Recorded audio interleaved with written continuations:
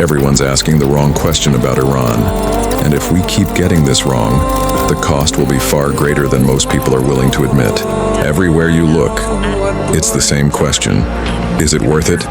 Is the risk too high? Will this make things worse? But that framing assumes something dangerous. It assumes that doing nothing is somehow safe. And part of the problem is the way this gets presented to the public. The media often doesn't lead with clarity. It leads with fear. Fear gets attention. Confusion keeps people watching. And deception, or selective framing, helps generate rage.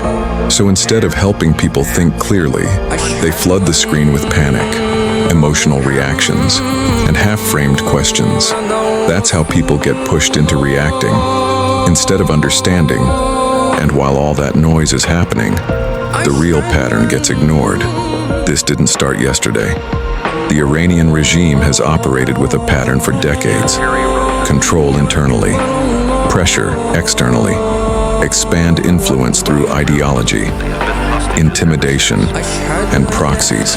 They don't just threaten outside nations. They oppress their own people. Dissent is punished. Protests are crushed. Control is enforced through fear, force, and the machinery of the state. That matters, because regimes usually treat others the way they already treat their own people.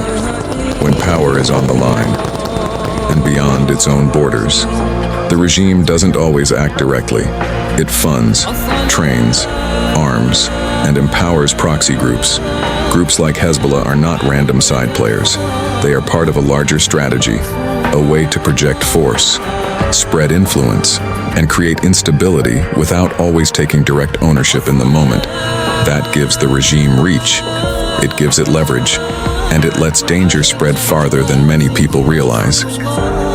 This is not random behavior, and it is not just ordinary politics. The regime operates from a radical Islamist ideological framework, one that does not treat conflict merely as a last resort, but often as a usable instrument.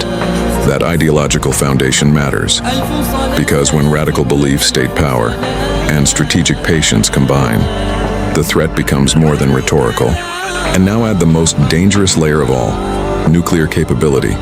When a regime with this pattern, this ideology, and this proxy network moves closer to nuclear threshold power, the conversation changes, because now you are no longer talking only about regional chaos. You are talking about what happens when a regime like this gains a level of deterrent power that makes future intervention vastly more dangerous. So the real question is not whether action has a cost. Of course it does. The real question is whether inaction costs more. What happens if nothing is done?